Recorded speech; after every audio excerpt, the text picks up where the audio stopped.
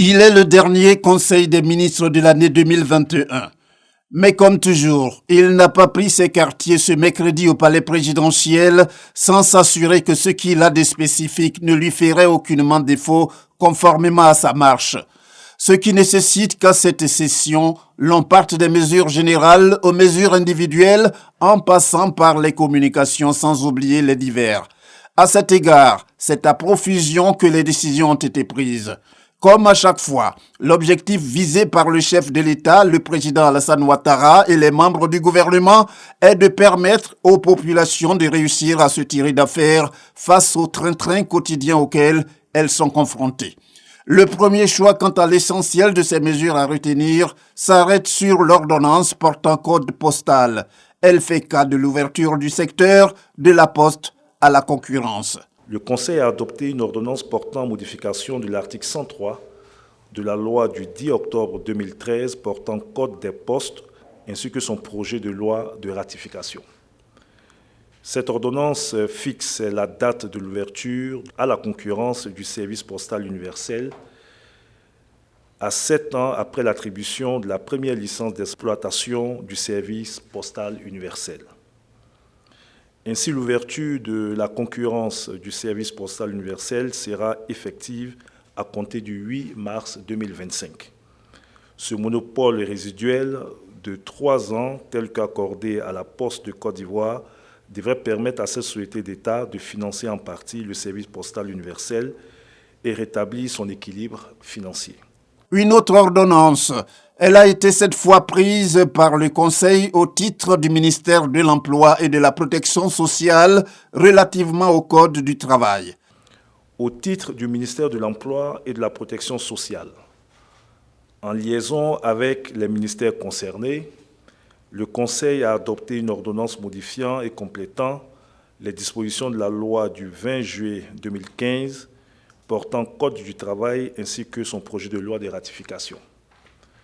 La pandémie de Covid-19 qui sévit actuellement a entraîné des bouleversements socio-économiques importants, notamment dans le monde du travail, avec l'introduction de modalités de poursuite de l'activité professionnelle en cas de circonstances exceptionnelles ou de force majeure, à savoir le télétravail et le chômage partiel. La présente ordonnance intègre non seulement ces mécanismes dans le dispositif national sur le travail, mais renforce par la même occasion l'égalité entre hommes et femmes en milieu de travail. Toujours au titre du ministère de l'Emploi et de la Protection sociale, le Conseil a pris une autre décision. Il s'agit précisément d'un décret sur la protection des femmes enceintes au travail. Ce décret vise à assurer davantage à la femme les conditions d'un travail décent, convenablement rémunéré et effectué dans un environnement de liberté, d'équité, de sécurité et de dignité humaine. Il interdit notamment d'affecter les femmes enceintes à des travaux excédant leur capacité physique, en présentant des causes de danger et impose des moments effectifs de repos. Le Conseil des ministres s'est également préoccupé de la déclaration des naissances. Une mesure à cet effet a été prise au titre du ministère de la Justice et des Droits de l'Homme. Le Conseil a adopté un décret portant prorogation du délai d'application des dispositions de la loi du 19 novembre 2018 instituant une procédure spéciale de déclaration des naissances, de rétablissement d'identité et de transcription d'actes de naissance. Cette loi vise à résoudre de façon urgente et accélérer les difficultés rencontrées par nombre de personnes nées en Côte d'Ivoire dont la naissance n'a pas été déclarée à l'état civil et qui se trouvent dépourvues d'actes de naissance.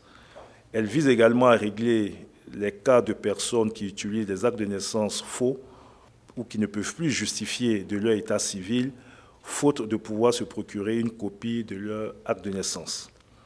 Pour donner une chance aux personnes résiduelles concernées d'être prises en compte dans le processus d'identification en cours par l'établissement du registre national des personnes physiques, ce décret proroge de 3 ans le délai d'application de la loi qui arrive à terme le 2 janvier 2022, suite à une première prorogation de 2 ans en 2019. Le prochain Conseil des ministres va se tenir l'année prochaine. Pour plus de précision, il est prévu à la date du 5 janvier 2022.